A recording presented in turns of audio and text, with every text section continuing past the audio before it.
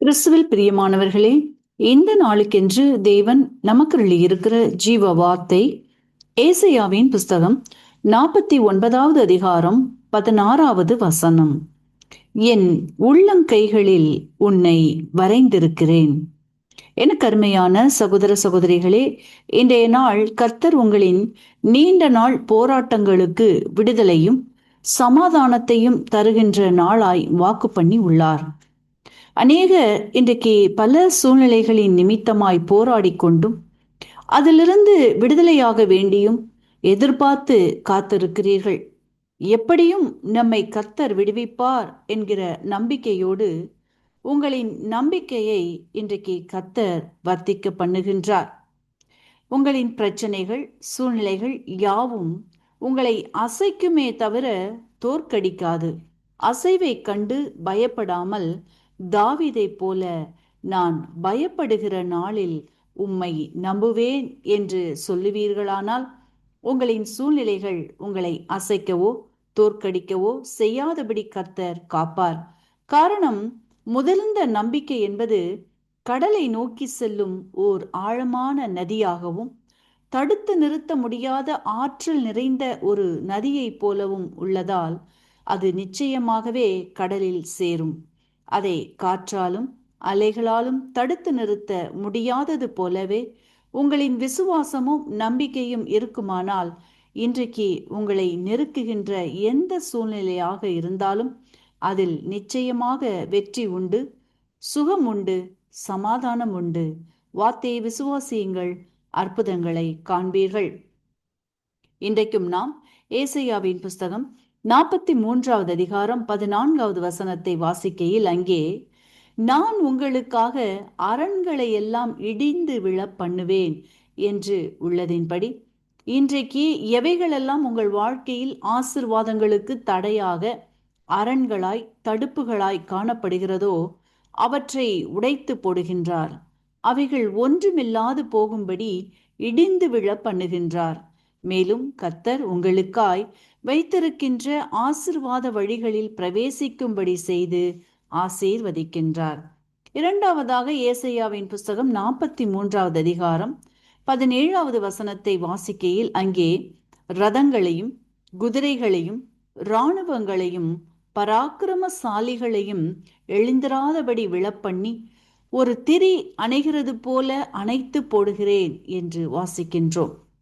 இன்றைக்கும் உங்களின் சூழ்நிலைகள் கூட இப்படிப்பட்ட சத்துருவின் கிரியைகளினால் ரதங்களைப் போலவும் குதிரைகளைப் போலவும் இராணுவத்தைப் போலவும் எழும்பி ஆரவரித்து கொண்டும் அதிக பயத்தையும் நடுக்கத்தையும் கொடுத்து கொண்டும் இருக்குமானால் இன்றைக்கு அவைகளின் ஆரவார அக்கினிகள் அணைக்கப்படுகின்றது.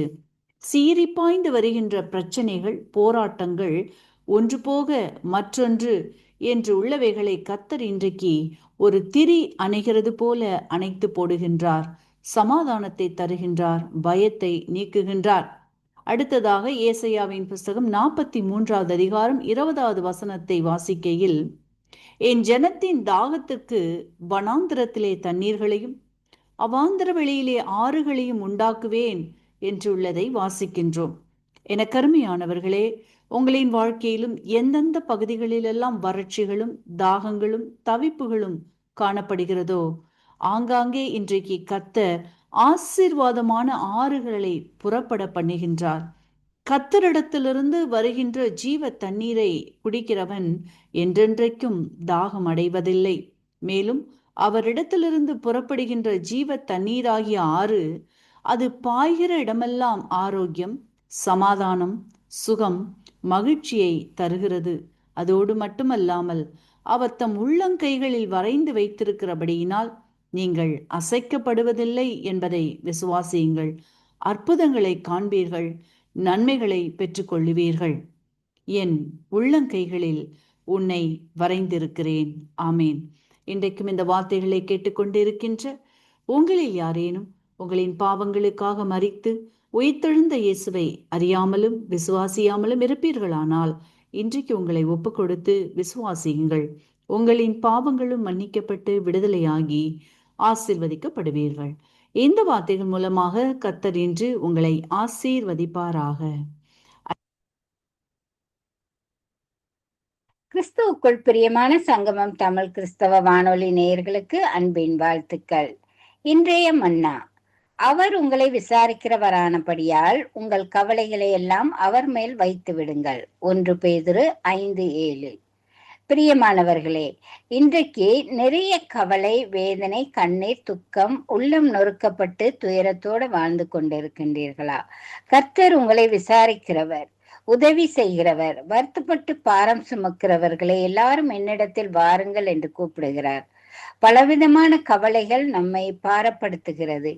பிள்ளைகளுக்கு படிப்பு பாரம் ஆகிவிடுகிறது. வாலிபர்களுக்கு எதிர்காலத்தை குறித்த பாரம். இளம் குடும்பங்களில் சமாதான கேடும் பிரிவினைகளும் அவர்களை பாரப்படுத்துகிறது. பாரங்களும் கஷ்டங்களும் எவ்விதங்களில் இருந்தாலும் நம்மை விசாரித்து விடுவிக்கிற நல்ல தகப்பன் உண்டு என்பதை அறிந்து கொள்ளுங்கள். யாக்கோபு 20 வருடங்களுக்கு பிறகு தன் சொந்த தேசத்துக்கு திரும்பி வரும் வழியில் தன் சகோதரன் 400 பேரோடு தன்னை சந்திக்க வருகிறான் என்பதை அறிந்தவுடன் அவன் பழிவாங்க வருகிறான் என்று நினைத்து கவலைப்படுகிறான். அன்னாள் பிள்ளை இல்லாமல் கவலைப்பட்டாள். பெனிலாளின் வார்த்தைகளும் அவளை கவலை கொள்ளும்படி செய்தது. மொர்தெக்காயும் யூத ஜனங்களும் மிகவும் கவலை கொண்டார்கள். பயமும் கலக்கமும் அவர்களை பிடித்தது. இவர்களைப் போல பல விதங்களில் கவலைகள் நம்மை கலங்கும்படி செய்தாலும் நம்மை விசாரிக்கிற நல்ல தேவன் நமக்குண்டு. கவலைகளை நாமே சுமப்பதினால் வலி வேதனைகள் அதிகரிக்கிறது. கவலையை சுமக்க தேவன் உங்களோடு கூட இருக்கிறார் என்பதை நீங்கள் நினைவில் வைத்துக் கொள்வீர்களானால் கவலைகள் உங்களை மேற்கொள்வதில்லை. எப்பொழுதும் சந்தோஷமாயிருங்கள், ஜெபியுங்கள், பாடுங்கள், வேதம் வாசியுங்கள். உங்கள் கவலைக்கெல்லாம் தீர்வு கிடைத்துவிடும். கர்த்தர் தாமே உங்கள் ஒவ்வொருவரையும் நிறைவாக ஆசீர்வதிப்பாராக. ஆமேன். God bless you.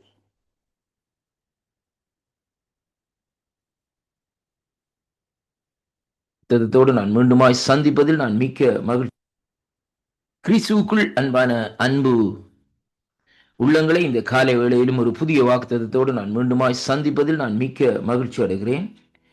கர்த்தர் நல்லவர், அவருடைய கிருபை என்றும் உள்ளதா இந்த நாட்களில் இருப்பதற்காக நான் அவரை ஸ்தோத்தரிக்கிறேன். இந்த காலை வேளையிலும் செவ்வாய்க்கிழமை 9ஆம் தேதி 9வது மாதம் 2025ஆம் ஆண்டு நம்முடைய தேவனாகிய கர்த்தர் நமக்கு கொடுக்கிற ஒரு அருமையான ஒரு வாக்குத்தத்தம். நீங்கள் இப்பொழுது இருக்கிறதை பார்க்கிலும் 1000 மடங்கு அதிகமாகும்படி உங்கள் பிதாக்களின் தேவனாகிய கர்த்தர் உங்களுக்கு சொல்லியபடியே உங்களை ஆசீர்வதிப்பாராக என்று இந்த வாக்குத்தத்தம் இந்த நாட்களிலே சொல்லுகிறதை பார்க்கிறோம். அருமையான அன்பு பிள்ளைகளே, தேவன் இந்த காலை வேளையிலும் நமக்கு கொடுக்கிற ஒரு அருமையான வாக்குத்தத்தம் என்னவென்றால் 1000 மடங்கு ஆசீர்வாதத்தை குறித்து இந்த நாட்களிலே சொல்லுகிறதை பார்க்கிறோம். அருமை பிள்ளைகளே, இன்றைக்கு உலகத்திலே நடந்து கொண்டிருக்கிற பொருளாதார பிரச்சனைகள், ஒவ்வொரு காரியங்களை குறித்தும் இந்த நாட்களை நாங்கள் யோசித்துக் கொண்டு இந்த நாட்களை இருக்கலாம். நாளைய நாட்களிலே நாங்கள் எப்படியாக சீவிக்க முடியும், நாளைய நாட்களிலே எதை செய்ய முடியும் என்று இன்றைக்கு நமக்குள்ளே ஒரு கலக்கம், ஒரு குழப்பம் இந்த நாட்களிலே இருக்கலாம். ஆனாலும் அந்த கலக்கத்தின் மத்தியிலும் குழப்பத்தின் மத்தியிலும் ஆண்டவர் தன்னுடைய பிள்ளைகளுக்கு சொல்லுகிற ஒரு அருமையான ஒரு வாக்குத்தத்தம் என்னவென்றால், நீங்கள் இப்ப இருக்கிறதை பார்க்கிலும் அங்கே 1000 மடங்கு அதிகமாகும்படி உங்கள் பிதாக்களின் தேவனாகிய கர்த்தர் உங்களுக்கு சொல்லியபடியே உங்களை ஆசீர்வதிப்பார் என்று சொல்லி இந்த நாட்களில் சொல்லப்படுகிறது. ஆண்டவராகிய இயேசு கிறிஸ்துவை நாங்கள் சொந்த ரட்சகராக ஏற்றுக்கொண்டு அவரை இந்த நாட்களிலே அவரோடு நாங்கள் நடக்கிற வேளையிலே தேவன் நம்மோடு கூட இருந்து நமக்கு முன்னாக சென்று எல்லா கோணலான வழிகளையும் சுபைப்படுத்தி நடத்த வல்லவராய் இருக்கிறார். இதுதான் ஆண்டவராய் இயேசு கிறிஸ்துனுடைய அந்த வெளியேறப்பட்ட அன்பும் அவருடைய கிரியையும் என்று சொல்லி இந்த நாட்களிலே நாங்கள் பார்க்கக்கூடியதாக இருக்கிறது. வேதமே தெளிவாக சொல்லுகிறது, இஸ்ரவேலருக்கும் எகிப்தியருக்கும் நான் வித்தியாசத்தை காண்பிப்பேன் என்று சொல்லி இந்த நாட்களில் சொல்லப்படுகிறதை பார்க்கிறோம். அப்படியானால் பாருங்கள், இன்றைக்கு உலகத்திலே ஆண்டவரை அறியாதவர்கள் இன்றைக்கு ஐஸ்வர்யவான்களாக ஆசீர்வாதத்தை உடையவர்களாக இந்த நாட்களில் இருக்கிற வேளையிலே நாங்கள் இந்த வானத்தையும் பூமியையும் உண்டாக்கின கர்த்தராகிய தேவனை சொந்த ரட்சகராக அறிந்திருக்கிற நமக்கு இந்த நாட்களிலே இந்த ஆசீர்வாதங்களை தர அவர் வல்லவராய் இருக்கிறார் என்பதை நாங்கள் முதலாவதாக விசுவாசிக்க வேண்டும். அருமையான கர்த்தருடைய பிள்ளைகளே, உன் அப்பத்தையும் உன் தண்ணீரையும் ஆசீர்வதிப்பேன் என்று சொன்ன தேவன், உன்னுடைய பிள்ளைகளை ஆசீர்வதிப்பேன் என்று தேவன், நீ கையிட்டு செய்கிற காரியங்களை இந்த நாட்களிலே ஆசீர்வதிப்பேன் என்று சொன்ன தேவன் இந்த நாட்களிலே உங்களை 1000 மடங்கல்ல அதற்கு மேலாக அவர் தன்னுடைய இஷ்டத்தின்படி இந்த நாட்களிலே ஆசீர்வதிக்க அவர் வல்லவராய் இருக்கிறார். அவர் சொன்னால் சொன்னதுதான்.